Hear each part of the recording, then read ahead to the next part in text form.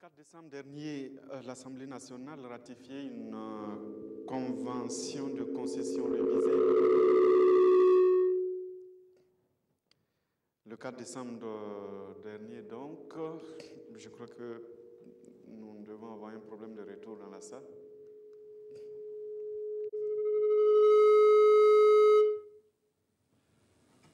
Cette fois-ci, c'est la bonne. Le 4 décembre dernier, l'Assemblée nationale a ratifié une convention de concession révisée pour l'exploitation du chemin de fer Abidjan-Ouagadougou avec une possibilité de réhabilitation sur un investissement de 400 millions d'euros. Les dettes de l'entreprise dans cet accord donc devront se rembourser sur une période de 15 ans avec une durée de 5 ans. Cet accord fait débat au sein des organisations de la société civile et des syndicats, surtout l'unité d'action syndicale qui accuse le gouvernement d'avoir bradé le patrimoine national et s'inquiète du sort aussi réservé aux travailleurs. Pour en parler ce soir, puisque c'est le sujet de controverse, nous sommes avec le ministre Alpha Bari. Il est ministre des Affaires étrangères et de la coopération. Avec nous ce soir, M. Zakaria Nadia. Il est le responsable à la formation de la Confédération générale des travailleurs du Burkina. Ils sont là au nom de l'unité d'action syndicale. Avec nous aussi, M. le ministre des Transports et de la Mobilité urbaine. Avec nous ce soir, M. Moutaga Traoré, il est le secrétaire général du syndicat des retraités du chemin de fer. Bonsoir à tous. Bonsoir. Bonsoir. Et merci de répondre à notre invitation. Controverse, c'est une émission qui dure 90 minutes avec une possibilité d'interaction en deuxième partie. Et pour cela, vous pouvez nous appeler au 20 40 79 03, je dis bien en deuxième partie, c'est-à-dire à partir d'une heure d'émission. Et puis, vous pouvez aussi poster vos messages sur notre page Facebook Controverse RTB. Alors, messieurs, je commence par vous. Après l'adoption, je l'ai dit tantôt, le 4 décembre dernier, on a lu une déclaration de l'unité d'action syndicale qui accuse le gouvernement de n'avoir pas suffisamment défendu les intérêts de l'État burkinabé dans cet accord-là. Pourquoi? Merci de nous avoir conviés à ces échanges ce soir.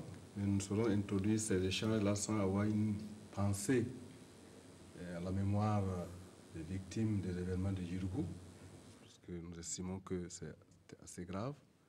Et donc, aux victimes et à leurs familles, vraiment, toute leur compassion. Oui, bien. Alors, donc, sur cette convention révisée, effectivement, nous avons écrit une lettre ouverte au président de l'Assemblée nationale courant août 2018, juste avant que la ratification ne soit faite, pour attirer son attention sur un certain nombre de faits. D'abord, nous estimons que le chemin de fer Burkina est un symbole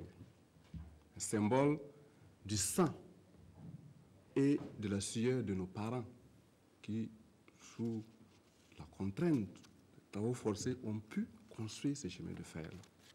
Deuxièmement, nous pensons que le chemin de fer, pour un pays de l'interland comme le Burkina, a un caractère stratégique et devrait mériter plus d'attention de la part de nos autorités. C'est quelle attention qui manquait justement dans cet accord? Ce qui a manqué, puisque on avait dit concession révisée, c'est-à-dire que depuis 23 ans que le chemin de fer a été privatisé, et nous estimons qu'il aurait fallu faire un bilan, tirer les leçons avant d'aller à cette concession révisée. Cela n'a pas été fait. Surtout, l'autre paramètre qu'il faut considérer, c'est le profil même du repreneur.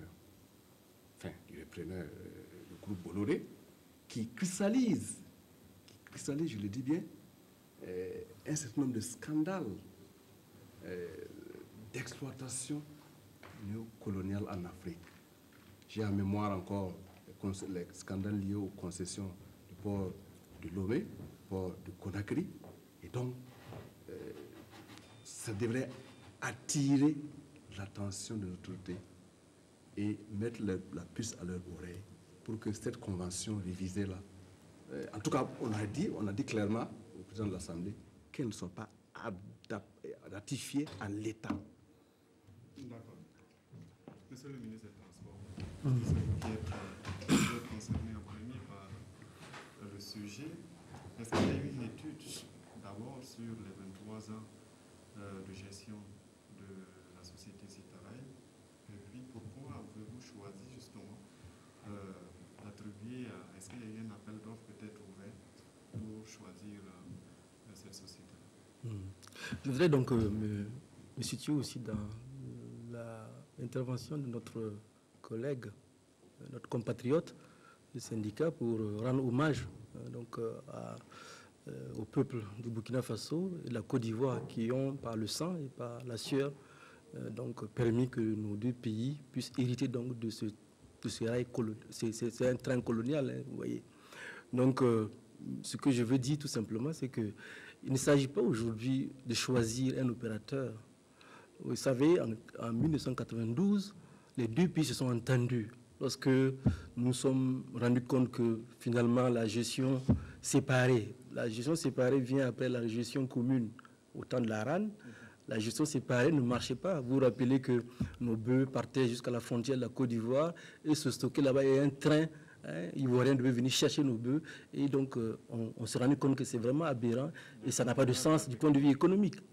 Nous sommes donc entendus à partir de cet instant, en 1992, pour lancer un appel d'offres.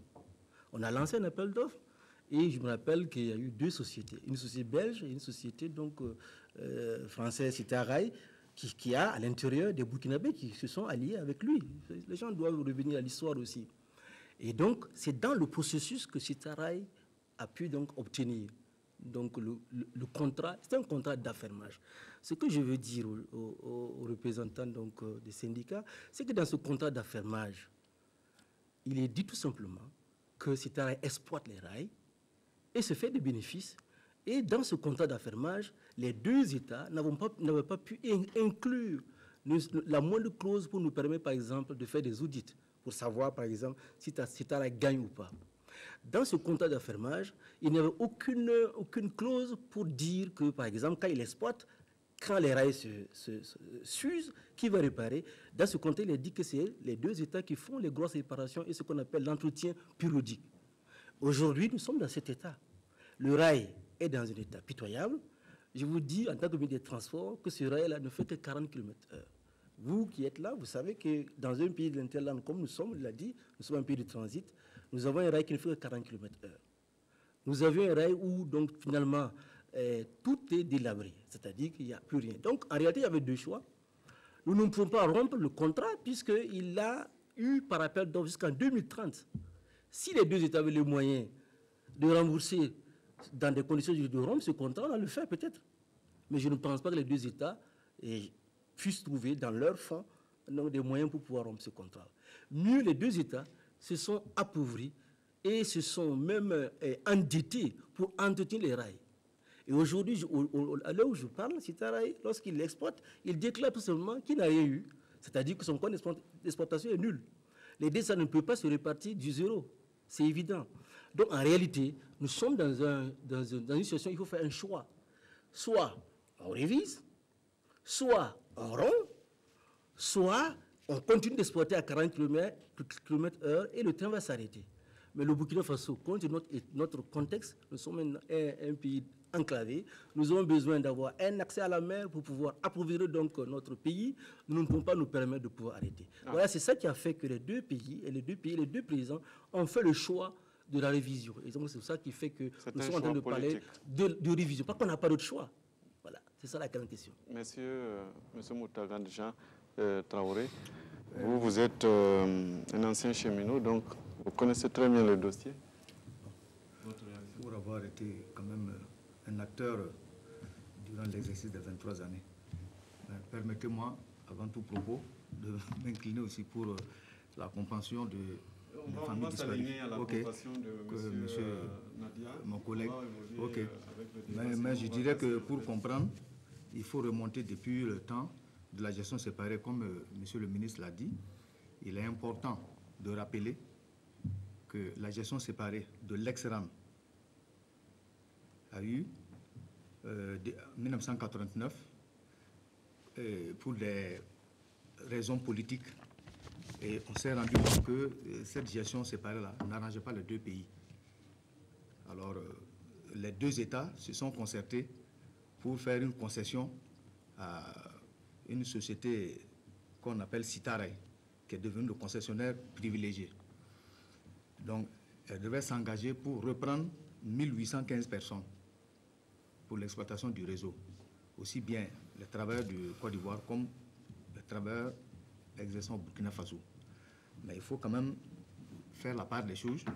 Il y avait 1000 agents ivoiriens contre 815 burkinabés. Bon.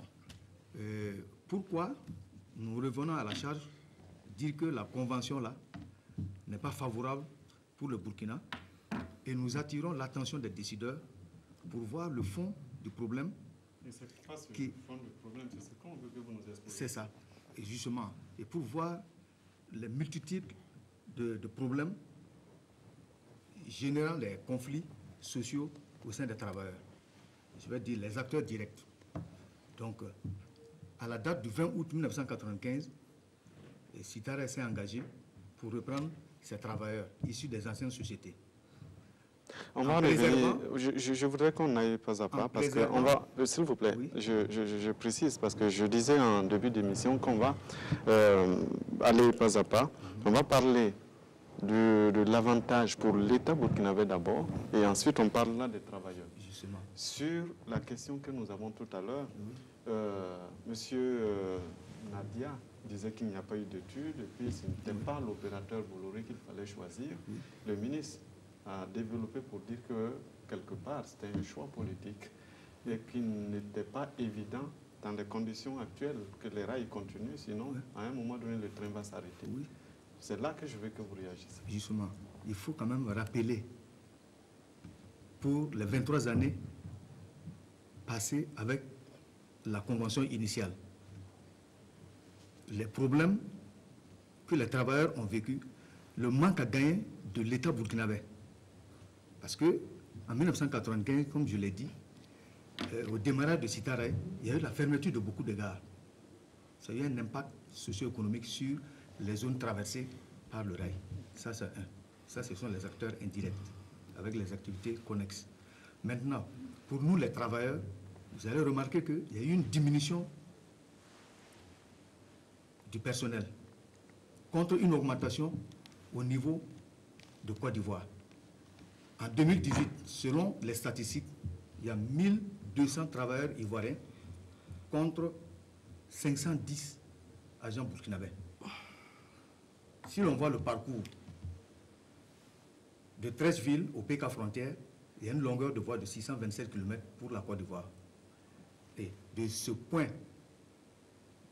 frontalier jusqu'à Ouagadougou, voire Kaya, nous avons un parcours de 633 km plus 300. C'est-à-dire que nous avons le plus long parcours avec moins d'effectifs. Voilà un impact négatif pour le Burkina, de façon générale, pour les travailleurs. Sans compter l'inexploitation de Kaya qui était pourtant envisagée dans la convention initiale. Il y a eu le délabrement des bâtiments des gares. D'accord, on a compris. Le matériel de télécommunication, le faisceau. Alors, en gros, Citaray n'a pas respecté, il n'a pas respecté les clauses du contrat et a quand même été renouvelé. Du fait que, dans tout ça, on veut parler d'une convention révisée sans pour autant au préalable faire un bilan de l'exercice de la convention écoulée. En fait, c'est ça le problème. Monsieur Alpha Barry. Oui, je voudrais... avec un opérateur qui n'a pas respecté les clauses. Justement, d'abord, je m'associe à l'hommage qui a été indiqué, même si vous dites qu'il faut aller vite. Je voudrais préciser une chose, que ce n'est pas le choix de Bolloré qui est un choix politique. Il faut bien corriger au niveau de ce que le ministre a dit. Le choix politique, c'est le fait d'avoir un opérateur et d'avancer. C'est-à-dire l'opérateur qui était là, qui avait déjà une convention qui n'était pas échue et qu'on a voulu réviser pour prendre en compte certains avantages qu'on pourrait avoir, et c'est contenu dans la nouvelle convention. Il a commencé en parlant du sang de nos anciens. Mais justement, c'est au nom de ce sang-là qu'il ne faut pas laisser le chemin de fer mourir. Parce que le chemin de fer est mort en Guinée, le chemin de fer est mort à Cotonou, au Bénin, il est mort au Togo. Et nous n'avons pas voulu que ce chemin de fer-là meure. Parce qu'il a évoqué les difficultés qu'il y avait en 89 jusqu'en 92. Mais vous savez bien, le secteur a beau être stratégique, mais c'est en fonction des ressources des pays, des moyens des pays, de l'économie des pays et de la gestion aussi qui en est faite. Et c'est au regard de tout cela que nous avons, en ayant hérité d'un dossier, parce que ça aussi il faut le préciser, le gouvernement du président Roch-Marc Christian Kaboré a hérité de ce dossier qui était déjà en cours et nous l'avons pris, regardé et on a travaillé dessus pendant 2 années avant de procéder à une signature définitive et de le porter à l'Assemblée nationale. Même que là, on a attendu pour regarder. Parlant de Bolloré, je pense que ce qui est important, c'est au finish ce qui va être fait. Il a parlé de Conakry. Moi, je peux lui dire de regarder ce que le port de Conakry était il y a quelques années et ce qu'il est devenu depuis maintenant. Je suis bien placé pour le dire. Donc, ce n'est pas ça qui est important. Ce qui est important, c'est que des Burkinabés ont souffert pour ces chemins de fer, ont sué de leur sang pour ces chemins de fer, et il ne faut pas que les générations futures se réveillent et ne trouvent pas de chemin de fer. Il faut que les générations qui vont se réveiller trouvent un chemin de fer qui est en état de fonctionnement normal.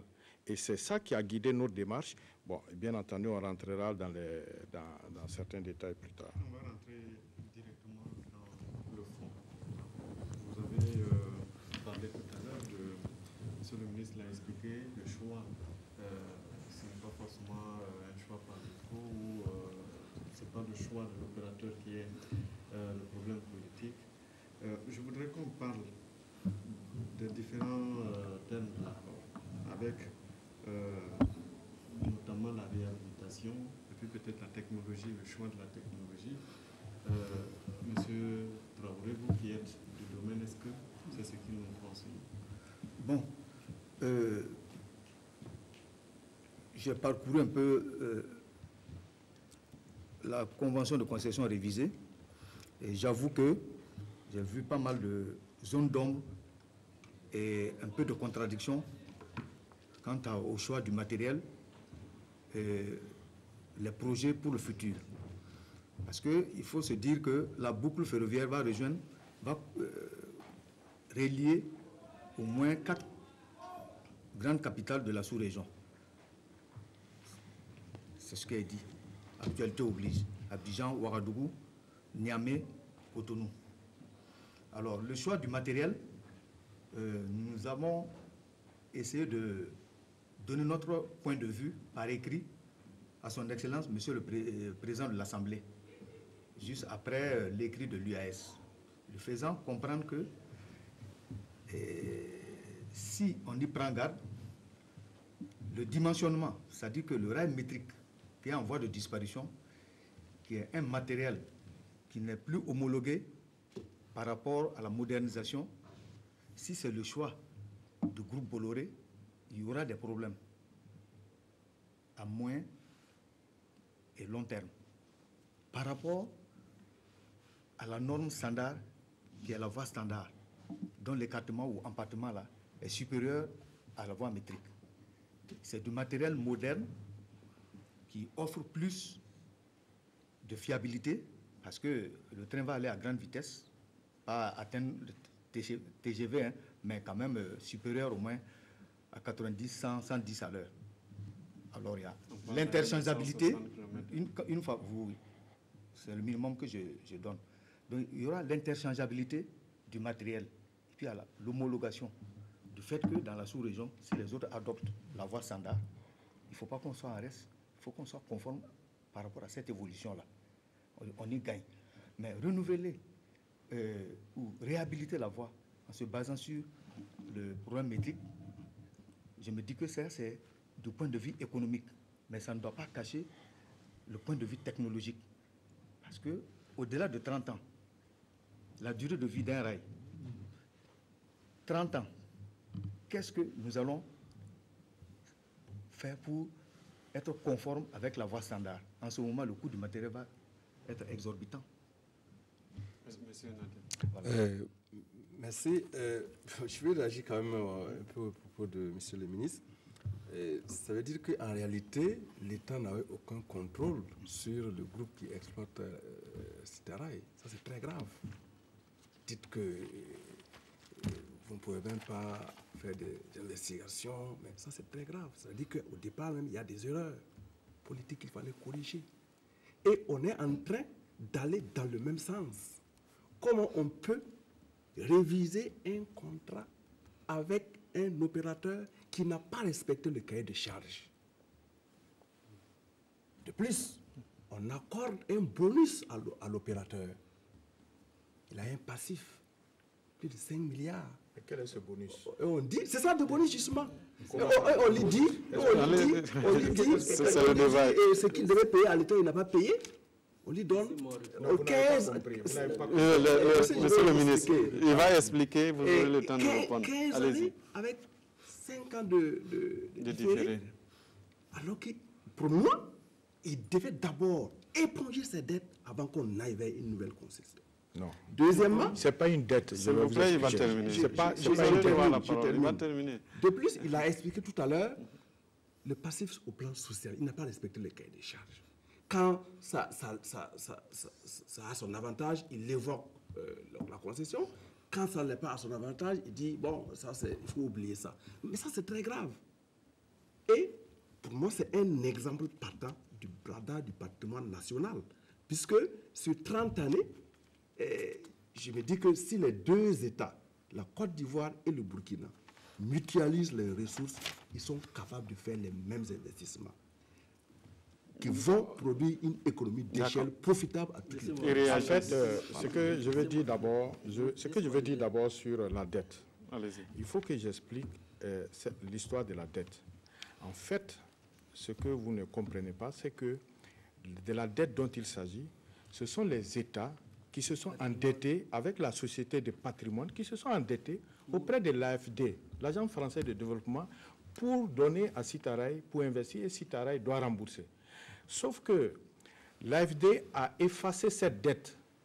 Mais Citaraï dit que si vous êtes endetté pour me donner auprès d'une agence française et que cette dette est effacée, je souhaite que vous l'effacez également. Il faut dire que cette dette a été effacée.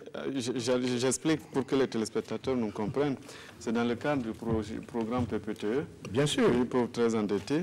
Mais là, ce n'était pas effacé au profit d'une société, mais beaucoup plus pour investir dans le secteur social. C'est ce que je vous dis. Comme vous savez bien que dans l'entreprise, il ne faut pas oublier qu'il y a eu une période où l'entreprise n'a pas du tout fonctionné du fait de la guerre en Côte d'Ivoire. Et donc, tout ça, c'était des moyens pour l'entreprise qui était à l'arrêt pendant un bon moment. Et beaucoup d'autres entreprises auraient pu fermer. Parce que faire 2 années sans fonctionner et pouvoir répartir, ce n'est pas aussi évident. Donc, sur cette dette-là, justement, et c'est comme si moi je m'endette, je vous donne, et si on efface la dette à mon niveau, mais vous dites que comme votre dette a été effacée, ne me réclamez plus la dette. Et l'État burkinabé et l'État de Côte d'Ivoire ont dit non, ce n'est pas parce que ça a été effacé à notre niveau que vous n'allez pas payer, vous payez. Donc même si on dit vous payez en 20 ans, vous ne perdez pas. Puisque cette dette même vous a été effacée. Donc, ce n'est pas une dette comme ça. C'est une dette contractée d'abord par l'État burkinabé et l'État de Côte d'Ivoire et qui a été effacée et qu'on oblige tout de même la société Citaraï à rembourser. Laissez-moi répondre techniquement. C'est tout de même une dette. D'abord, pour Sur parler de la la base convention, s'il vous plaît, Oui, mais- s'il vous plaît, laissez-moi vous répondre sur la convention. Parce qu'en réalité, ce que vous dites, c'est ça qui a motivé la révision. Parce qu'en 92, nous sommes rendus. C'est pour ça que j'ai pris le soin de dire que c'était un contrat d'affermage. Nous sommes passés de l'affermage à une vraie concession. Parce que quand vous regardez partout dans le monde, vous partez en Afrique du Sud, on ne parle pas d'affermage. C'est d'abord une erreur depuis 92. Mais ça, ce n'est pas le gouvernement du président Roch-Marc Christian Kaboré qui l'a réalisé en 92. Nous sommes arrivés, on a trouvé un contrat depuis 1992 et ce contrat court jusqu'à 2030. J'ai dit, si le contrat n'est pas bon, les deux États s'entendent et juridiquement mettent fin au contrat. Mais il y a le prix à payer. Le prix à payer est énorme. Quand quelqu'un fait un appel d'offres pour investir depuis jusqu'à 2030, si vous voulez mettre fin à son contrat, il y a le prix à payer. Maintenant, dans ce contrat, nous nous sommes rendus compte que non seulement il n'y a pas prévu un dispositif pour pouvoir regarder dans les comptes de Bolloré, parce qu'il faut que le contrat le mette pour que quelqu'un aille le faire. C'est un contrat juridique. Il faut des audits, ce n'est pas mis. Et dans ce contrat, comme je vous ai dit, il est prévu que l'entretien périodique, c'est-à-dire les grosses réparations, doivent être réalisées par les deux États. C'est ça qui explique la dette dont parle le ministre des Affaires étrangères. Nos États étaient obligés de contracter des prêts pour pouvoir entretenir ces rails-là, pour que Bolloré les exploite. C'est ce qui est mauvais. C'est-à-dire, si les deux peuples ont été pendus, c'est à ce niveau-là. Et ce que nous sommes en train de réaliser, c'est des coussins pour pouvoir survivre. Parce que nous ne pouvons pas laisser cette situation-là jusqu'en 2030. Ce n'est pas possible. Qu'est-ce que nous avons fait? Et vous parlez de rails. Mais vous savez que l'UEMOA prévoit que justement... Oui, mais la directive de l'UEMOA en matière de rails, c'est le modèle standard. Mais laissez-moi vous dire que le modèle standard et le modèle métrique, ce n'est pas une question de vitesse. C'est parce que tout simplement les Américains ont dominé le monde et ils sont dans le modèle standard. Et que les Européens sont arrivés là-bas. Donc si vous voulez aujourd'hui une locomotive, c'est parce que vous ne pouvez plus voir quelqu'un qui vous fabrique des locomotives pour le modèle métrique. C'est une question de locomotive, ce n'est pas une question de vitesse. Maintenant, nous sommes dans une réhabilitation. C'est-à-dire la réhabilitation veut dire quoi? Nous ne faisons pas des travaux neufs. Nous voulons réhabiliter pour continuer à approvisionner notre pays. Parce que nous, le Burkina Faso, nous avons besoin d'approvisionner. C'est 2 millions de tonnes par an. Et dans ces 2 millions de tonnes, il y a les hydrocarbures. Il y a tout ce qu'il y a consommable, tous les produits de grande consommation. Là, la plupart de ces produits-là passent par les rails. Nous avons besoin de réhabiliter. Réhabiliter ne veut pas dire faire travaux neufs. Maintenant, la directive de l'UEMOA dit que lorsque nous allons construire des rails en travaux neufs, nous allons opter pour le système standard qui est maintenant de plus en plus mondial. Et comme ça, lorsqu'on veut commander des locomotives, nous n'allons plus souffrir. Sinon, vous partez en Suisse, vous verrez, en Suisse, là, c'est le standard métrique. Et leurs trains sont en système métrique. Mais pour ça, c'est européen. Ce n'est pas grave que d'avoir un système métrique. Ce n'est pas. Mais là, ce qui est important, oui, ce qui est important, c'est l'approvisionnement et le fait que nous sommes dans les travaux de réhabilitation. Si vous voulez, nous allons aller. Je pense qu'on n'a pas fait le départ même de définir la nature même de cette privatisation. Oui. Parce que quand on parle de bradage, je voudrais juste préciser que, en fait, il ne s'agit pas d'une privatisation de l'ensemble du patrimoine. Non. Parce qu'il a parlé du patrimoine. Il faut bien le préciser. On a dit, tu construis, tu exploites et tu transfères. Voilà. C'est-à-dire que l'État burkinabé, comme l'État de Côte d'Ivoire, reste toujours propriétaire du chemin de fer. C'est ce qu'on appelle la concession. Ça. Allons-y aux avantages. Je vais vous montrer les avantages parce que vous pensez. Voilà, on va aller aux avantages et aux inconvénients de ce projet-là. Monsieur de l'UAS, le ministre vient de le dire, ce n'est pas aussi des avantages qu'on donne à l'entreprise, mais l'entreprise doit réaliser quand même un certain nombre de choses et puis voilà, exploiter et construire. Vous voulez aller dans le détail sur ce qu'on va faire. On va revenir sur. Oui, bon, j'ai bien suivi les explications, mais j'ai la conviction que, en réalité, ce qui est fait, c'est pour colmater des brèches. C'est-à-dire c'est pour réparer des dégâts qui existent. Alors que pour moi, il aurait fallu d'abord commencer par dire à l'opérateur, on règle le passif avant d'aller à une nouvelle concession. Et si cela n'est pas fait, on ne peut pas aller vers une nouvelle concession. Et c'est ce qu'on a fait exactement. Bon, si le ministre dit que ce n'est pas une dette, je ne sais pas ce que c'est. C'est l'État qui s'est endetté, vous l'avez dit, pour donner à Bolloré. Donc, c'est bien une dette. Si l'État ne faisait pas, le train s'arrêterait. Hein. Je ne sais pas comment faire. Non, et ce que moi je dis, là encore, c'était un manque de volonté politique. Les deux États, la Côte d'Ivoire et le Burkina, sont capables. Monsieur Nadia, oui. est-ce qu'il fallait peut-être rompre le contrat avec Bolloré et puis peut-être faire un appel d'offres pour recruter un nouvel opérateur? Pourquoi pas? C'est faisable. C'est faisable, puisque le ministre de son développement l'a dit qu'à un moment donné, l'exploitation était en arrêt. Donc, s'il faut arrêter pour aller vers le meilleur, je pense que c'est beaucoup plus profitable au peuple ivoirien et burkinabé que d'aller dans ce sens-là. Je pense que ce qui est fait actuellement, en réalité, quand on regarde les retombées, ce n'est certainement pas pour les Ivoiriens. Bon, voyons ce qui est fait, alors. Voilà. C'est pas mieux, parce qu'on va regarder ce qui est fait. Comme ça, on va mieux parler, c'est mieux. Allez-y, qu'est-ce qui est fait? Ce qui est fait, c'est d'abord, quand vous parlez, ce qui est important, c'est le renouveau du rail de notre pays. Parce que ce qui est fait permet d'avoir un rail en bon état, avec une vitesse de 90 km/h. Ça veut dire que le rail, quand il est exploité, le renouveau du rail, ça veut dire que quoi? Ça veut dire que l'ensemble de nos gares vont fonctionner. Du Sibi, tout ce que vous voulez, Koudougou, ça va fonctionner. Et quand il y a le renouveau du rail, vous avez 3 milliards de francs par an générés par uniquement le petit commerce au long des rails. Mais il y a un investissement qu'on transfère à l'opérateur, 262 milliards en 8 ans pour réhabiliter jusqu'à Kaya. Et dans ce ce n'est pas seulement ça. Comment justement cet investissement est devenu... Attendez que je vienne. Le montant des investissements. Mais regardez que maintenant, ce qu'on a pu mettre, c'est ce que vous savez. C'est que au niveau social, on dit qu'on refait un statut commun aux deux États. Comment, pour Monsieur faire le ministre, pour faire une discrimination positive. Vous allez répondre à cette question d'abord. Rattraper dont vous parlez, ce que vous parlez là. Vous parlez de la durée de contrat de la réhabilitation, les 7 milliards. Oui. Pardon, les 8 ans. Alors qu'au départ, quand on consulte les documents antérieurs, on a l'impression que la société s'était engagée à l'époque à faire cette réhabilitation en 4 ou 5 ans. Nous ne sommes pas au courant. Je parle du contrat, c'est ce que nous avons, le CCR, ce que nous avons signé là. C'est-à-dire que dans le contrat, oui, nous avions donc 262 milliards qui seront investis en 2 tranches. En 2 tranches, voilà, 80 milliards d'abord. Voilà, absolument. Et globalement, c'est 8 ans. Oui. Voilà. Donc je parle du global. Mais ce qui est important, c'est que dans la négociation, il était prévu. Mais il faut partir de ce qui est signé. Il faut partir de ce qui est signé.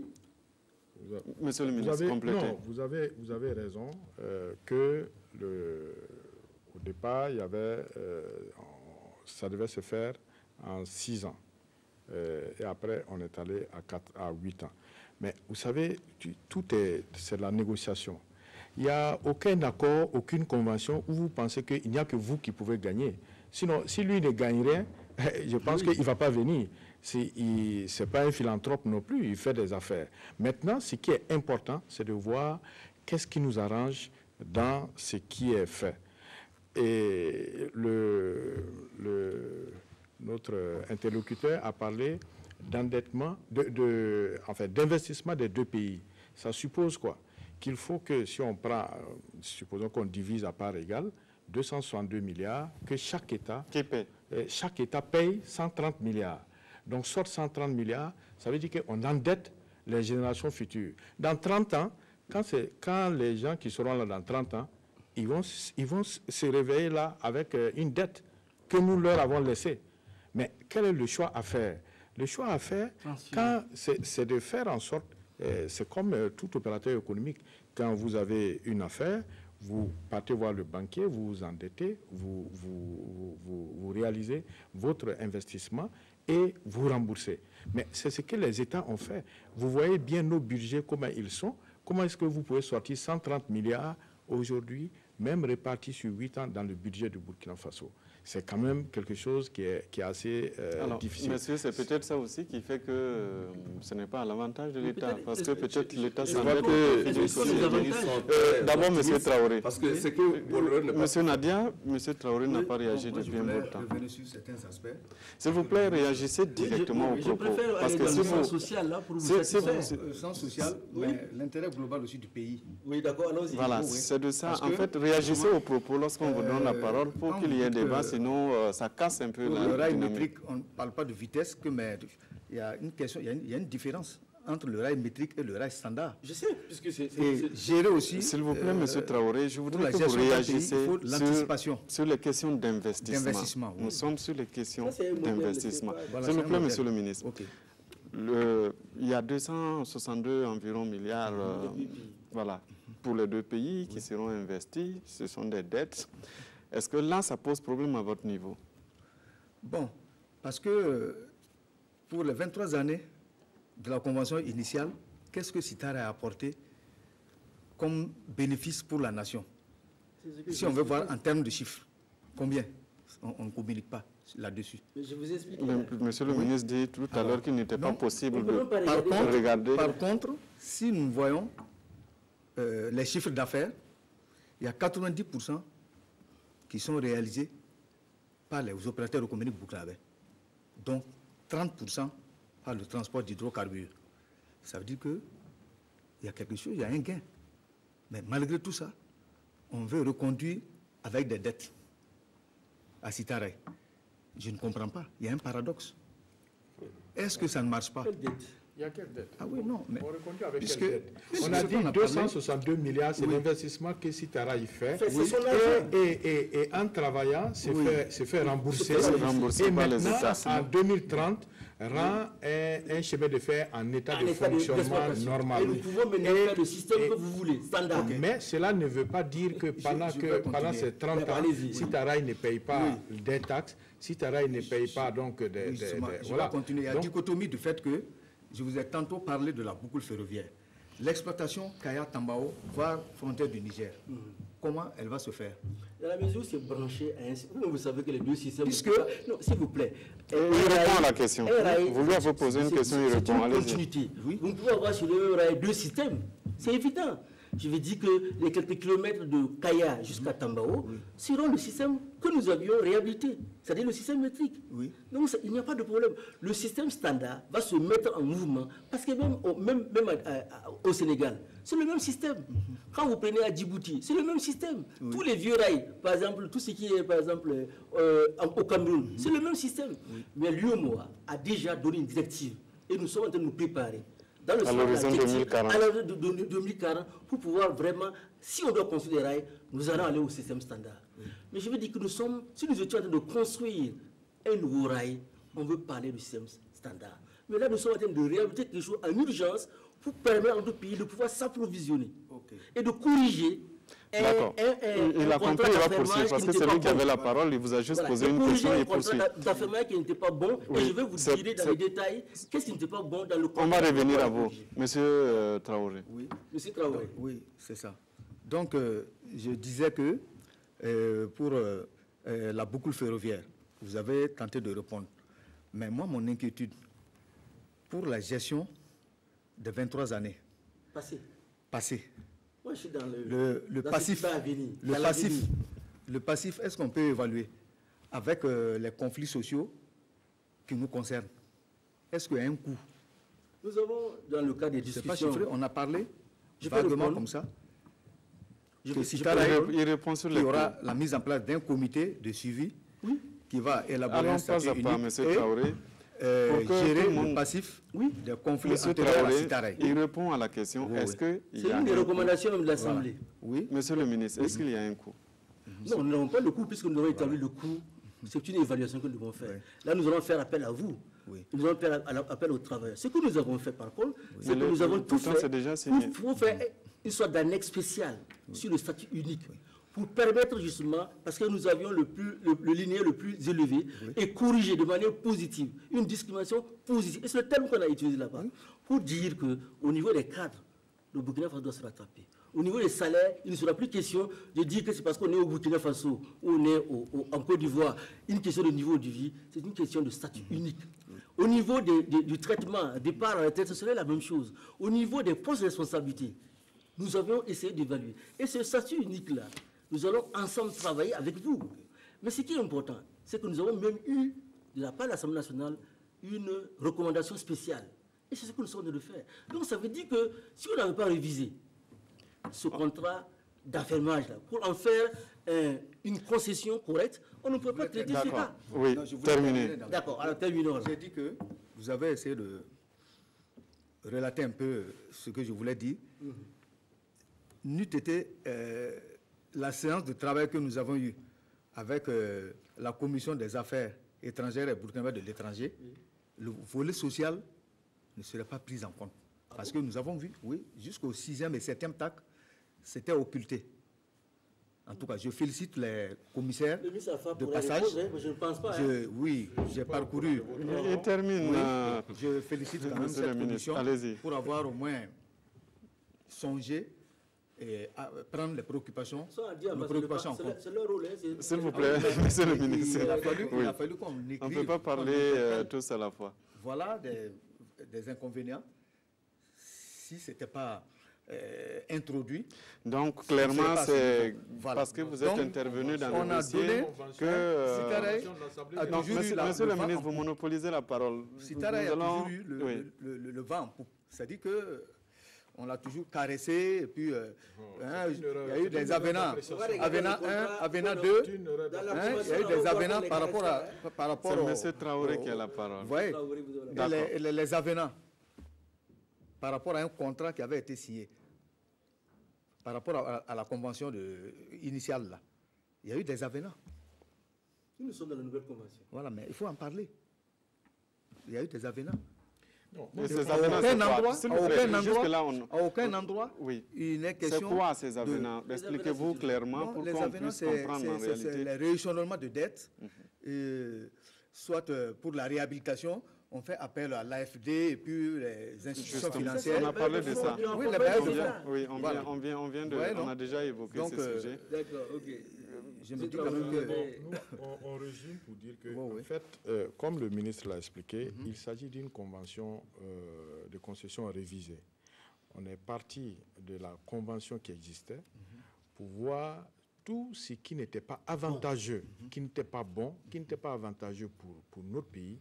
Et on a fait en sorte que ça le devient pour notre État.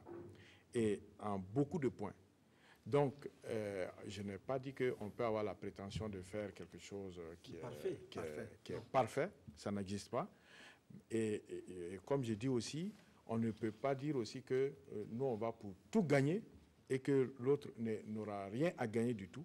Et ça aussi, il ne viendra pas. Mais je voudrais aussi rappeler à M. Traoré que, contrairement à ce que vous pensez, les gens ne se bousculent pas comme ça aussi pour les rails. Et je peux vous dire, il y a beaucoup de rails qui sont... C'est la question justement qu'on allait vous poser. Il y a beaucoup de rails qui sont fermés partout. Mais je n'ai pas dit que c'est une œuvre humanitaire que fait Bolloré. Alors là, loin de là. Mais j'ai dit, les opérateurs du rail, ils ne courent pas. Lorsque les négociations ont été... Monsieur le ministre, n'aviez-vous pas rompu le contrat et puis lancé un appel d'offres international? Je l'ai entendu tout de suite dire qu'il fallait arrêter l'exploitation. Mais ça, c'est quand même grave. Qu'un Burkinabé dise qu'il faut arrêter l'exploitation, vous arrêtez l'exploitation, qu'est-ce que vous faites des travailleurs? Et comment vous vous approvisionnez? Comment vous faites pour l'économie de votre pays? Mais je pense que lui-même, il a parlé du caractère stratégique. Peut-être sur le même travail que Bolloré fait sur le chemin de fer, c'est-à-dire la réhabilitation pendant que l'exploitation se poursuit. Peut-être qu'un autre opérateur peut le faire.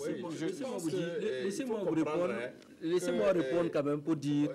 Ça fait un bon bout de temps que je n'ai pas parlé. Allez-y, permettez-moi de réagir. En fait, c'est votre question que je précise pour qu'il puisse répondre. Mais allez-y, vous allez peut-être reprendre.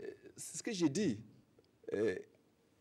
C'est M. le ministre qui l'a dit, qu'à un moment donné, l'exploitation était défaillante. nous sommes obligés de rectifier. Donc, on pourrait aller dans le même sens. C'est-à-dire, même si ce n'est pas un arrêt total, corriger, en tout cas arrêter la convention avec le concessionnaire Bolloré pour repartir du bon pied. Et je pense, quand on regarde l'état du chemin de fer, l'état dans lequel se trouve actuellement, au moment où Bolloré le prenait, mais c'est lamentable. Il est complètement délabré. Mais c'est ça qui explique. Mais, et ce qu'il n'a pas pu faire en 23 ans, est-ce que vous pensez que c'est parce qu'on a révisé la concession? S'il vous plaît, c'est M.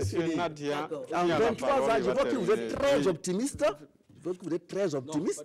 Si, ce n'est pas après avoir révisé la concession qu'il va le faire. Et je rappelle que la réhabilitation, les 262 milliards dont vous parlez, c'est un accord qui a été signé depuis le TAC 2016. Je me rappelle bien. Depuis le TAC 2016. C'est-à-dire avant même que la convention ne soit dans les tuyaux. Est-ce que les deux gouvernements ne sont pas piégés justement par cet accord de réhabilitation avant que la convention ne soit signée? C'est ça. Vous répondez maintenant. Oui.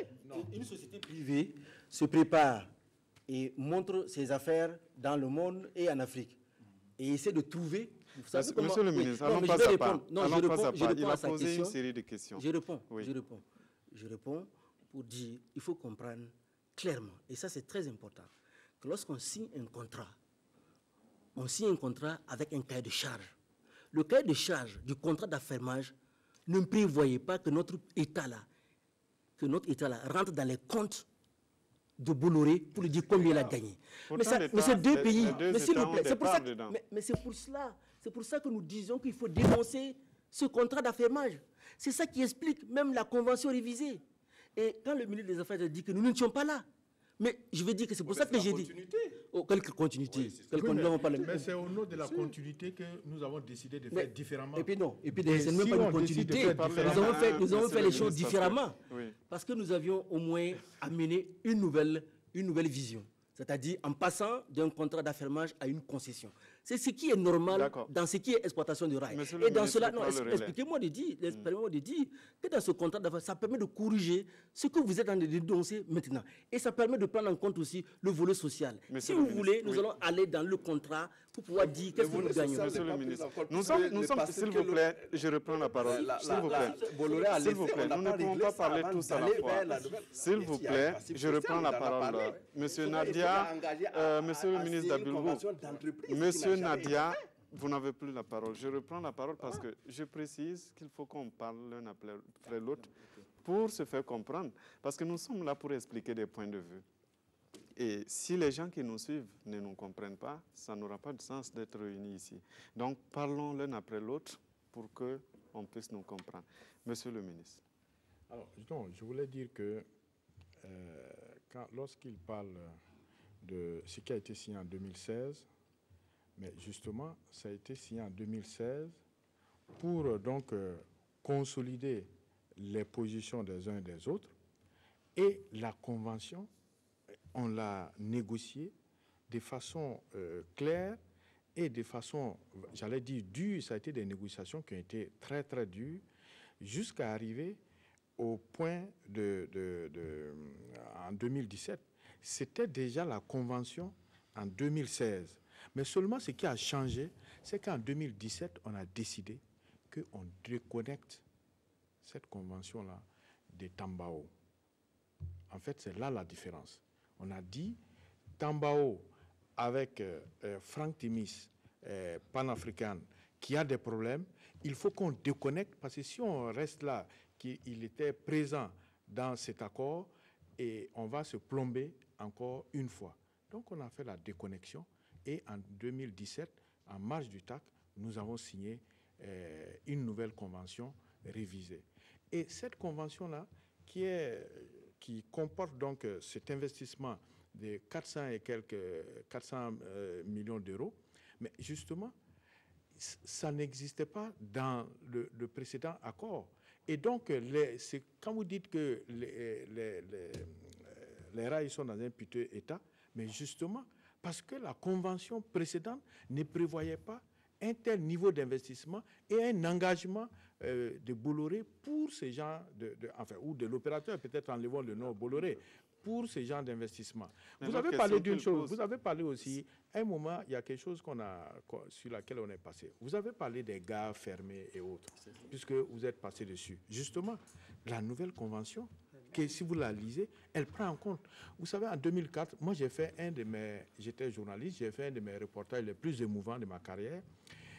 Lorsque le train s'est arrêté brusquement en 2002, après la guerre, et à la reprise en 2004, je suis monté dans le train à Bobo-Dioulasso pour aller jusqu'à Niangologo, mais j'ai vécu l'ambiance de mes années de lycéens et d'étudiants, et j'ai vu l'économie dans les gares, et je me suis dit, vraiment, voilà quelque chose qui ne doit pas mourir. J'ai dit émouvant parce que j'ai retrouvé des années passées.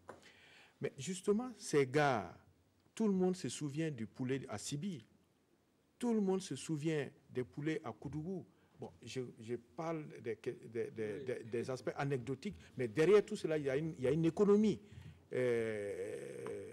Parce que Koudougou ou Bobo-Dioulasso, c'est le textile, ainsi de suite. Et on a vu comment on a payé cash lorsqu'il y a eu la crise en Côte d'Ivoire et qu'on était obligé de dérouter notre coton par le port de Lomé, par la route. Donc toutes ces gares-là, c'est prévu qu'elles vont être réhabilitées. Et ce qui permet de revivre l'économie sur le long du chemin de fer. Et je pense que j'ai l'impression que les gens n'ont pas suffisamment regardé les deux conventions, faire une comparaison et pour voir la différence avec l'évolution. Parce que nous fions aux actes en réalité. Ce qui est les paroles, quand c'est pas, on écrit des choses qu'on ne réalise pas. Je rappelle encore que le communiqué final de la rencontre gouvernement-syndicat de 2016 dit que le gouvernement s'engage à réouvrir les gares ferroviaires, et je cite, conformément aux conclusions du traité d'amitié et de coopération de 2016. Voilà. Nous sommes en 2019. Oui, mais aucune gare n'a été. Et je vais vous dire pourquoi. C'est ça. Mais je vais vous dire pourquoi. Voilà. Vous savez bien, je vais vous dire pourquoi. Je vous ai dit qu'on a signé la convention dans un premier temps en 2016. Mais seulement, on s'est heurté aux problèmes rencontrés par Panafrican. Et on a été obligé de revoir cette convention pour sortir Panafrican de la convention. Et on a signé la convention en marge du TAC 2017. Mais lorsqu'on a signé la convention, mais évidemment, tant que ce n'est pas ratifié, mais il ne faut pas compter sur l'opérateur venir investir. Oui, permettez-nous de douter. Nous sommes devenus des saints Thomas. Je suis obligé de vous poser beaucoup de questions. Alors, ce n'est pas une pratique passée. On va évoluer parce qu'il ne nous reste plus que quelques vingtaines de minutes. Non, je veux bien lui préciser que la convention, la signature est une chose, mais la ratification est une autre chose. C'est ça qui rend valable la convention à la fin. Tant que le processus n'est pas bouclé, ça ne va pas se faire. D'accord. Et que devient... On va évoluer parce que le temps passe. Là, on est jusqu'à Kaya. Après, comment on fait pour exploiter justement notre manganèse? Non, parce que ce que nous avons dit, comme le ministre des Affaires étrangères vient de le dire, nous avons fait sortir donc, si vous voulez, Franck Timis du jeu. Or que c'est lui qui rendait notre... Franck Timis, c'est le groupe qui avait la gestion du manganèse de Tambao à travers la société panafricaine. Donc c'est ça. Donc je veux dire que c'est lui qui rendait notre chemin de fer, de son statut de chemin de fer généraliste vers un chemin de fer minier. Parce que le statut d'un chemin de fer minier permet de pouvoir faire appel à des investisseurs à cause de la mine. Maintenant, dans la convention actuelle, il nous est loisible de pouvoir trouver un opérateur. Et donc, nous avons eu une recommandation spéciale de l'Assemblée nationale pour trouver un opérateur qui va remplacer donc Franck Timis dans le jeu. Et afin de pouvoir nous permettre de pouvoir avoir dans notre pays un chemin de fer minier qui nous permet de pouvoir non seulement exporter la mine, transporter le manganèse sans détruire donc notre patrimoine routier et de pouvoir aller au port. Sur cette question-là, le ministre des Mines y travaille. Et moi-même, en tant que ministre des Transports, j'y travaille. Et le ministre des Affaires étrangères, il travaille. Et sur ces questions-là, je vais vous dire que ce n'est pas qu'on ne trouve... Parce que notre manganèse, vous le savez très bien, est le meilleur manganèse de la sous-région et du monde. Donc ça veut dire que si on s'y met, aujourd'hui, à cause donc, de la qualité de notre manganèse, nous allons trouver un opérateur qui va pouvoir nous permettre de pouvoir embrancher avec peut-être Kaya. Monsieur, on vous permet de réagir sur le prolongement jusqu'à Tambao. Pendant ce temps, je dis que la partie interaction est ouverte et que les téléspectateurs peuvent nous appeler au 20. S'il vous plaît, je précise avant de vous donner la parole. Monsieur Traoré, je donne le numéro. Vous pouvez donc nous appeler au 20 40 79 03. Allez-y. Bon, je me dis que le volet que vous venez d'aborder là, par rapport au prolongement Kaya-Tambao, c'est lié au fait que Bolloré a eu un problème au Bénin. Parce qu'après toute investigation, quand ils se sont rendus compte que les rails au niveau du Niger, qui avaient commencé à être réalisés sur une distance de 100 et quelques kilomètres, que c'était la voie métrique. Alors que dans le dimensionnement, il était recommandé que ce soit la voie standard. Alors, puisque le tronçon Kaya-Tambao fait partie de la boucle, moi je me dis qu'il y a incompatibilité pour Bolloré de continuer avec sa voie métrique à Tambao, étant donné que les autres optent pour la voie standard. Moi je crois que l'explication tourne autour de ça. Bon, nous, on n'a pas cette explication. Voilà. Parce que l'actualité oblige, nous avons vu ça sur le net. Je dis, voilà. Voilà, donc... Alors, monsieur Nadia. Oui, bon, c'est pour cela que j'ai parlé du caractère stratégique, on en a parlé au début. Et effectivement, pour exploiter le manganèse de Tambao, il nous faut bien que le chemin de fer y arrive. Oui, bien sûr. Voilà. Et donc, vous voyez que le choix de cet opérateur-là ne peut pas favoriser l'exportation de ce manganèse-là. Peut-être que si... vous l'avez dit que ça s'arrête à Kaya, vous l'avez dit vous. Voilà. Maintenant, si peut-être avec un autre opérateur qui pourrait prolonger la voie jusqu'à Tambao et permettre d'exploiter et d'évacuer notre manganèse jusqu'au port. Vous savez, nous avons une ambition de conserver la partie généraliste pour nous faire le transport de nos marchandises. Ça dit que c'est l'approvisionnement de notre pays qui est réglé par la réhabilitation. Il faut le savoir. La réhabilitation permet d'approvisionner le pays. Et nous sommes un pays enclavé. Il nous faut un accès au port. Et nous avons beaucoup de marchandises qui viennent par les rails. J'ai ici la liste des marchandises. Si vous les citez, vous allez comprendre qu'il s'agit de l'approvisionnement et de la vie des populations du Burkina Faso. Alors, maintenant, la partie Tambao, Kaya, permet de pouvoir donner un supplément et de rendre notre chemin de fer libre. Monsieur le ministre des Affaires étrangères. Ce que je voulais expliquer, la déconnexion qui a été faite, en réalité, quand je dis on l'a sorti de la convention de 2016, qui a été encore revue en 2017, mais déjà auparavant, la concession qui a été donnée à Pan-African de Franck Timis indiquait bien qu'il y avait donc l'exploitation de la mine de Tambao, mais il y avait la réalisation du chemin de fer.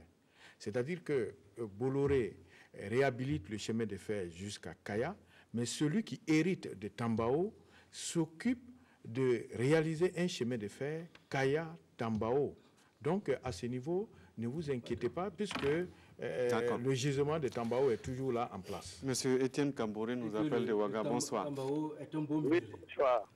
Et que nous allons trouver un opérateur. Je dis bonsoir à toute l'équipe de la télévision nationale et un grand bonsoir à tous les invités, y compris, sans oublier les journalistes de la télévision. Alors, moi, j'ai quelques questions à vous poser, mais avant tout, je voudrais quand même souligner quelque chose. Il faut savoir que nous n'avons pas le même niveau d'études, mais nous sommes au même niveau de compréhension. Donc, nous avons tous intérêt à défendre une réalité commune qui est la vérité, au lieu de se faire l'avocat du diable. Alors, messieurs les ministres, puisque mes questions vont se porter directement sur les ministres, pourquoi c'est l'Assemblée nationale qui est censée de voter une loi pour octroyer un nouveau contrat à Bolloré, et ce même Bolloré qui a été chassés dans d'autres pays, ici en Afrique même, que vous-même vous connaissez. Alors, et la deuxième question, combien de nos gouvernants ou bien de nos opérateurs économiques sont actionnaires dans le groupe Bolloré ou bien dans Sitaray? Alors, mais la question pour sortir, je voulais quand même demander à nos deux ministres là, est-ce que le Burkina Faso actuellement là, est-ce que pourquoi nous ne voulons pas passer au standard de normes internationales dont certains pays sont en train de passer du train à grande vitesse et nous voulons nous maintenir dans cette précarité, soi-disant 90 km, 90 km à l'heure, et que le ministre même a eu à prendre un exemple sur la Suisse. Quelle est la vitesse que fait le train en Suisse que le ministre a pris l'exemple? Merci beaucoup, M. Etienne Kaboré. Alors, monsieur le ministre, vous allez vous répartir, oui. Vous commencez? Oui. D'accord. Je voudrais d'abord dire, sur la question de la vitesse, il y a un détail qu'il faut noter, qui est aussi dans la Convention. Bon, évidemment, lui, il va dire, on n'a pas vu. Mais évidemment, on ne peut pas dire, réaliser en 2 minutes la réhabilitation du chemin de fer, on voit et on signe. Mais une convention, on la signe et on regarde l'exécution. Et dans cette convention, il est prévu des révisions à tout moment. Il est prévu que lorsque la convention sera à moitié, c'est-à-dire à 15 ans, les 3 parties s'asseyent et regardent voir si il y a nécessité de continuer ou il faut revoir la même convention. Ça, c'est prévu dans la convention. Cela dit, il demande pourquoi l'Assemblée nationale est chargée de voter une loi pour cette convention. Ce sont nos textes, parce que le même texte que nous avons signé avec les Ivoiriens, il a été ratifié par ordonnance en Côte d'Ivoire parce que le président ivoirien s'est donné le pouvoir de gérer les questions économiques par ordonnance. L'Assemblée nationale lui a donné ce pouvoir. Ici, nous n'en sommes pas là. Donc, une convention qui est signée, elle doit venir forcément à l'Assemblée nationale pour être adoptée et pour donc par la suite être ratifiée. La deuxième question, combien de membres du gouvernement sont actionnaires Combien de membres? Non, moi, moi en tout cas, je ne suis pas actionnaire, donc je ne sais pas comment je peux répondre. Le gouvernement défend peut-être des intérêts privés, peut-être c'est ce qu'il veut dire. Oh non, bon, je pense que... Voilà. Non, donc, monsieur le ministre, vous maintenant, pourquoi on en a assez parlé, pourquoi ne pas passer au standard? Je crois qu'on a largement évoqué le sujet. Mais pour revenir, pour dire que, par exemple, quand on réhabilite, nous avons par exemple un opérateur burkinabé qui a beaucoup travaillé, même pendant la crise, pour travailler avec Sitaray, pour permettre au train de pouvoir arriver à Ouagadougou. Ces opérateurs burkinabés-là travaillent et travaillent intimement avec... c'est des Burkinabés qui travaillent avec Sitaray. Il y a des autres opérateurs en Côte d'Ivoire qui travaillent aussi avec Sitaray. Donc je veux dire que quand on fait une opération de rail entre 2 pays, cette opération doit aller au bénéfice des peuples et aussi au bénéfice des opérateurs économiques des 2 pays. Pour revenir à cette histoire donc, de modèle métrique ou standard, comme j'ai dit, nous sommes dans le cadre d'une réhabilitation. C'est-à-dire que nous ne pouvons pas nous permettre de passer à un autre modèle dans le cadre d'une réhabilitation. Et même la directive de l'UEMOA fixe un délai pour cela. Mais nous serons, dans ce délai-là, nous serons donc dans une situation où on aurait oublié même cette convention avec Sitaray. Parce qu'en 2030, nous avons déjà la possibilité de pouvoir évaluer et de pouvoir aller comme on veut. Donc je pense que ce qui est important pour nous, comme je l'ai dit, c'est vraiment réhabiliter et approvisionner notre pays. Et faire en sorte que dans ce contrat, nous puissions avoir des objectifs financiers, des objectifs économiques et des objectifs sociaux très clairs. Et sur cette question-là, je pense que nous avons suffisamment travaillé pendant 2 ans. Et sur la vitesse, il faut dire qu'aujourd'hui, on estime entre 27 et 36 heures le trajet Ouagadougou-Abidjan. Et la convention avec la réhabilitation prévoit donc une vitesse qui permet de faire ce trajet-là en 20 heures. Donc, moi, je fais un calcul simple. Si je pars d'ici à 0 heure, ça veut dire qu'aujourd'hui, à 0 heure, dans quelques heures donc, j'arriverai vendredi à 20 heures. Alors que, après la réhabilitation... Même avec les arrêts? Oui, ça dit 20 heures. Au lieu d'arriver le samedi à 16 heures, si vous arrivez le lendemain à 16 heures, ça veut dire que vous avez perdu une journée de travail. Et économiquement, c'est important de gagner une journée de travail et ça fait partie de cette convention. On prend M. Wangré Norbert qui nous appelle de Ouagadougou. Bonsoir. Oui, bonsoir monsieur. On vous écoute. Ok. Oui, moi j'ai deux préoccupations. La première concerne un principe qu'on nous a édicté ici concernant les prêts contractés par les États et remis à Sitaraï pour être gérés. Ça me pose quand même problème. Les États ivoiriens et burkinabés prennent un prêt, et je pense que c'était prévu justement comme ça dans l'ancienne convention, et c'est le concessionnaire qui gère cet argent-là. Le problème qui est posé, voilà ce qu'on nous a expliqué ici. Un prêt qui nous est remis par l'AFD, et puis Sitaraï estime qu'on devrait donc aussi laisser tomber. On peut se poser la question, est-ce que c'est parce que c'est l'AFD, l'agence française de développement, et que c'est Sitaraï qui est aussi une société française, est-ce que la concession a été faite justement pour que ça profite à Sitaraï ou quoi? Sinon, d'un point de vue, il n'y a pas de raison, la concession n'a rien à voir avec l'histoire du prêt. Bon.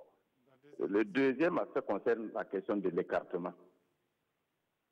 Comme l'a dit, l'écartement, c'est vraiment le niveau standard, là. C'est ce qui permet de porter des wagons assez costauds. Mais si nous, on se condamne à utiliser encore le système métrique, comme vous l'appelez, et on attend, on pense que c'est en 2040 qu'on pourra passer à l'autre, c'est quand même compromettant. Pourquoi ne pas y aller tout de suite, justement, pour nous aligner à ce qui se fait au niveau international, puis de toute façon, on va être dépendant. Parce que, justement, les wagons qui vont permettre de rouler sur cet écartement-là, on ne pourra pas les trouver ailleurs. On se lie les mains, alors qu'il aurait fallu tout de suite, effectivement, aller au niveau standard pour être plus libre. Voilà les deux préoccupations. Merci. Monsieur le ministre, d'abord sur la concession, c'est l'AFD, l'agence française de développement qui donne un prêt, et c'est une société française qui gère. Non, c'est-à-dire que ce système-là existe. Mais dans tous les cas, aujourd'hui, on n'est plus dans ce cas de figure. Ça, c'est un. De deux, nous n'avons pas accepté de renoncer à ce prêt-là ou à cet argent. Donc, dans la nouvelle convention, ça figure que Sitaraï doit rembourser. Donc, à ce niveau, voilà, donc à ce niveau, il n'y a pas de... je veux dire, la question n'est plus pertinente puisque nous, on n'est pas allé dans le sens souhaité par Sitaraï. Nous réclamons que malgré l'effacement de la dette, Sitaraï doit payer cette dette. Donc, à ce niveau, on est tous en phase. D'accord. Monsieur le ministre des Transports, sur l'écartement, je vais apporter une précision. Est-ce que, finalement, ça ne nous revient pas aussi cher du fait qu'on va avec du métrique, des wagons, certainement, qui ont tendance à disparaître et qu'il faut commander chèrement, parce que, forcément, ce qui est rare est cher. Est-ce que, finalement, on n'est pas beaucoup plus en train de multiplier le prix alors qu'on veut faire de l'économie? J'allais dire c'est ça, mais regardez la situation de notre pays. La situation de notre pays, nous sommes un pays qui n'a pas un accès à la mer et qui est très fragile en matière de mode de transport. Nos voies souffrent beaucoup parce que le rail que nous avions là est dans un état pitoyable. Vous voyez donc, quand on prend le règlement 14, si on doit l'appliquer de manière rigoureuse, nous allons jouer un rôle important dans notre économie en termes donc de dégradation de notre capacité à approvisionner le pays. En fait, si vous voulez, nous sommes dans un choix où on est obligé de tenir compte de... Sinon, si c'est la Côte d'Ivoire, ils ont leur maire, mais c'est nous plutôt. Donc, comment faire en sorte que le pays soit approvisionné? Comment faire en sorte que nous puissions réhabiliter? Comment engager des travaux neufs? Sinon, je suis totalement d'accord avec lui, mais comment faire? Nous avons pensé que c'était urgent pour jusqu'à l'horizon 2030 que nous puissions réhabiliter pour pouvoir avoir les avantages certains en termes d'approvisionnement, ne pas laisser le temps s'arrêter et de pouvoir rentrer dans la directive de l'OEMOA pour l'ensemble donc des rails de la sous-région. Parce que je vous dis, à Dakar, comme au Cameroun, voilà, les morceaux de rail en mosaïque laissés par la colonisation, là, partout, c'est le même système. Et nous allons nous engager probablement dans une vision globale.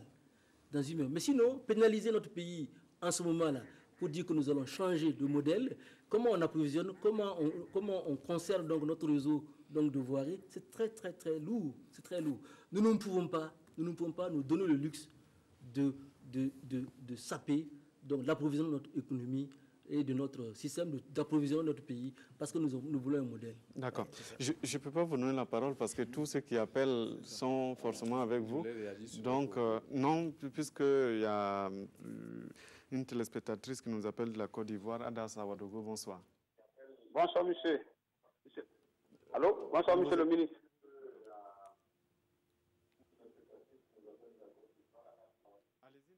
Bonsoir, monsieur le ministre. Ma question, c'était pour voir, c'était bon même de donner cet patrimoine à l'État français, à Bolloré aujourd'hui. Le train aujourd'hui, c'est comme l'autre disait, c'est le symbole de Burkina. Burkina n'est pas des ports, n'a rien. Ça, c'est ces 140 milliards qui manquent à l'État burkinabé, même seul, de réhabiliter cette route et payer des wagons pour que l'État burkina bénéficie. On prend ces trains pour donner à Bolloré pendant 23 ans. Ils ont gâté tout notre patrimoine. Ils n'ont même pas payé un wagon. Ils n'ont même pas payé un rail. Même les rails qu'ils ont mis pour aller à Kaya, ils ont démonté tout pour venir dépanner la route vers la Côte d'Ivoire d'ici. Ça servait à quoi de donner ce patrimoine-là à l'État, à une société comme Bolloré, aujourd'hui qui est en train de piller notre richesse, seulement qui est en train de nous mettre à l'état. Merci, monsieur le ministre. Merci. Bien. Monsieur Alpha Barry. Non, j'indique encore une fois de plus que le patrimoine n'est pas à Bolloré. Le patrimoine appartient à l'État burkinabé.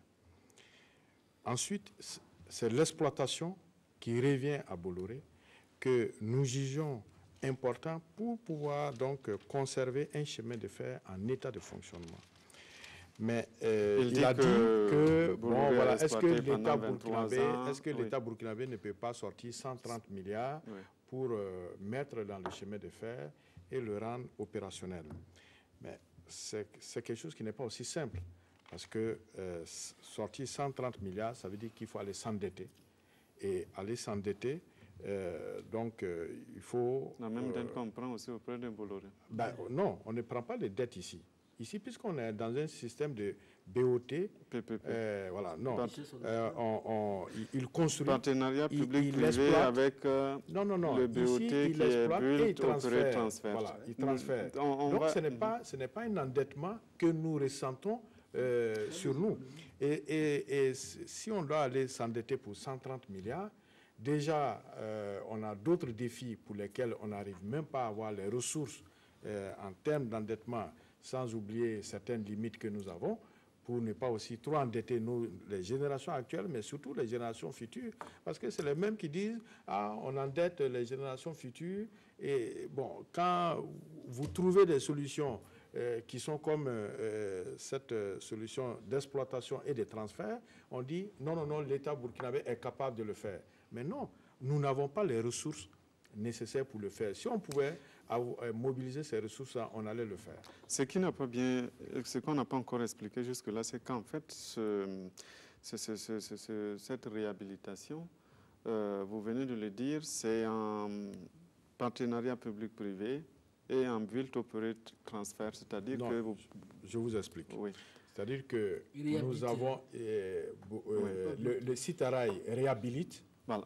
Réhabilite, réhabilite, opérer, transfert. Voilà. On peut le dire ainsi. Donc, il réhabilite il l'exploite et au bout de 30 ans, il transfère aux 2 États un chemin de fer en état de fonctionnement normal. C'est ce qui est écrit dans la Convention. Ce qui est important d'ajouter, c'est parce que... Monsieur Alpha Naïté nous appelle de Ouaga. Bonsoir. Bonsoir.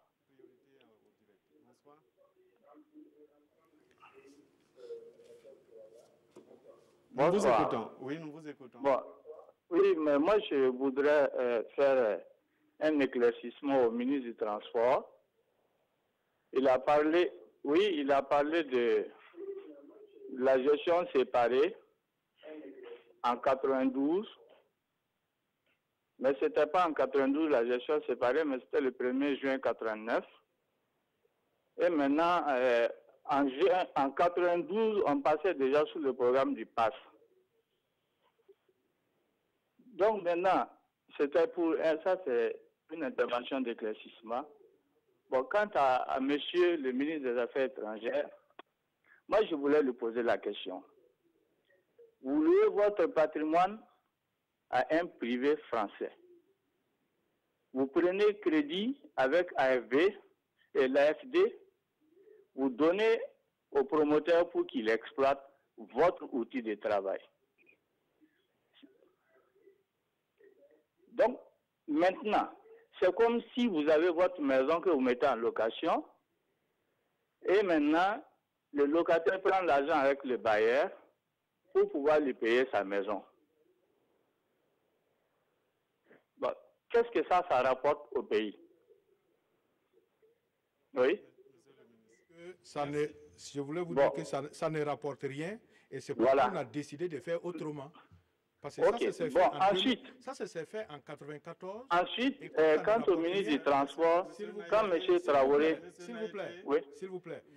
Ce que vous expliquez là, ça s'est fait en 94 et comme ça ne rapporte rien, et je suis d'accord avec vous, c'est pourquoi on a décidé de faire autrement. Oui. Bon. D'accord. C'est quelque chose, il fallait quand même qu'on les relève pour qu'on puisse se comprendre.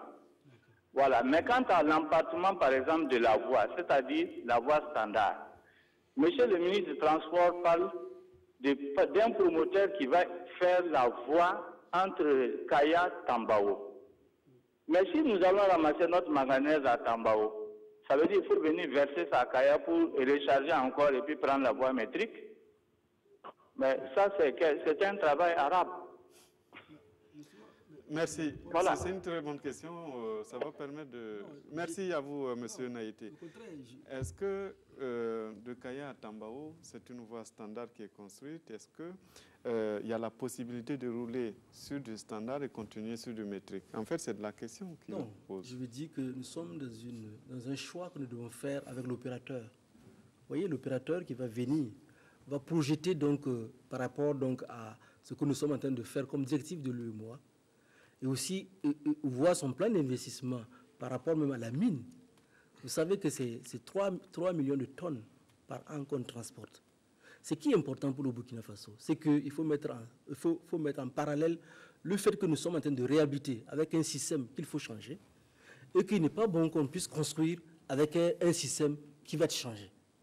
Maintenant, l'opérateur qu'on va avoir, nous allons faire les pour et les contre du point de vue du choix économique, du point de vue du choix technique. Mais pour l'instant, il est très difficile. L'idée, ce qui est important, c'est qu'il était bon qu'on ait le même profil pour aller très rapidement. Mais ce qui est important pour nous aussi, en plus, c'est qu'il n'est pas question d'exploiter la mine de Tambao en utilisant le transport par la route. Ça, au moins, c'est clair, parce que nous ne pouvons pas dégrader donc, notre patrimoine routier. À l'heure où on parle, donc, ce qui est important, on ne sait pas si le chemin de fer qui va relier Kaya à Tambao sera du métrique ou du standard. Si on continuait dans le cadre donc, de Timis, ça, on sait que ce serait un système métrique pour pouvoir aller très vite. Mais le nouvel opérateur que nous sommes en train de chercher, je ne peux pas présager de ce que nous allons faire. Mais vous savez que dans le domaine des transports, ce qui est important, c'est transporter. Le transvasement, ça, on règle ça techniquement. Vous savez, nous avons des solutions pour cela. Donc ça, ce n'est pas un problème. Il faut allons aux choses essentielles et allons aussi dans le stade d'une projection futuriste. On va prendre un dernier téléspectateur, M. Kaboré Sédou Paul de Bogo-Dioulasso. Bonsoir. Bonsoir. Nous vous écoutons. Ok. Moi, j'ai deux questions à poser aux ministres qui sont sur le plateau. Je voulais savoir quel est l'avantage que le Burkina a eu sur l'ancien contrat et qu'est-ce qui a motivé le gouvernement burkinabé à reprendre, à renouveler le contrat en faveur de Bolloré, puisque nous avons constaté que l'ancien contrat, en tout cas, n'a pas apporté grande solution sur le niveau de vie des Burkinabés. Voilà, donc, mais qu'est-ce qui a motivé le gouvernement burkinabé à renouveler le contrat en faveur du même partenaire? D'accord, merci, on a compris la question. Ok. Ce qui est important, c'est qu'on ne peut pas dire aussi que l'ancien contrat nous a permis seulement d'avoir un train qui marchait à 40 à l'heure et d'approvisionner dans des conditions difficiles. Et on avait 500 travailleurs qui ont continué à garder leur emploi, même si on aurait voulu avoir un statut qui soit conforme pour que les travailleurs de la Côte d'Ivoire soient réagissés par rapport donc, au travail du Burkina Faso en tenant compte donc, du nombre de kilomètres. Et ça, l'ancien contrat ne nous a pas permis d'avoir. Mais on a eu le train qui a continué, on a eu des gens qui ont préservé l'emploi. Mais ce n'est pas ça qui est essentiel. Le nouveau contrat permet réellement de pouvoir non seulement avoir un train qui soit moderne et ramener le renouveau des rails dans notre pays, permet de pouvoir transférer les investissements à un opérateur, de pouvoir maintenant caler pour avoir une redevance en matière d'utilisation de rails, donc qui est fixé à 2% du chiffre d'affaires. Et ce chiffre d'affaires a été élargi et permet d'avoir un nouveau statut du personnel des deux pays en faisant une correction discriminatoire pour permettre au Burkina Faso de rattraper et ramener véritablement le nouveau des rails le long de l'ensemble des gares routières, comme le ministre des Affaires est en train de le dire, de manière à ce que nous puissions montrer que le rail apporte quelque chose dans notre pays. Maintenant, c'est une réhabilitation. On doit le réhabiliter avec un système moderne, futuriste. On ne pouvait pas parler qu'une réhabilitation parce que la directive de l'UMOA permet toujours, par rapport à l'échange qui nous est donné, de pouvoir rattraper notre retard. Et les autres pays de la sous-région, notamment que ce soit le Sénégal, que ce soit donc, le Cameroun, sont dans ce système multilatéral lié par la colonisation et nous allons rattraper ce retard. Le temps qui nous est imparti est arrivé à terme. Nous allons nous arrêter là. Merci à M. Alpha Barry, ministre des Affaires étrangères et de la coopération, d'être venu sur ce plateau. Merci à M. Zakaria Nadia, vous êtes responsable à la formation de la Confédération générale des travailleurs du Burkina, d'être venu sur ce plateau. Merci à M. Vincent Dabilgou, ministre des Transports et de la Mobilité urbaine. Merci à vous, M. Moutaga Traoré, vous êtes secrétaire général du syndicat des retraités du chemin de fer. Merci à vous qui nous avez suivis. On espère que vous avez retenu quelque chose. Controverse, c'est fini pour aujourd'hui. Tout à l'heure, vous avez rendez-vous avec Draman Dadian pour la dernière édition du journal.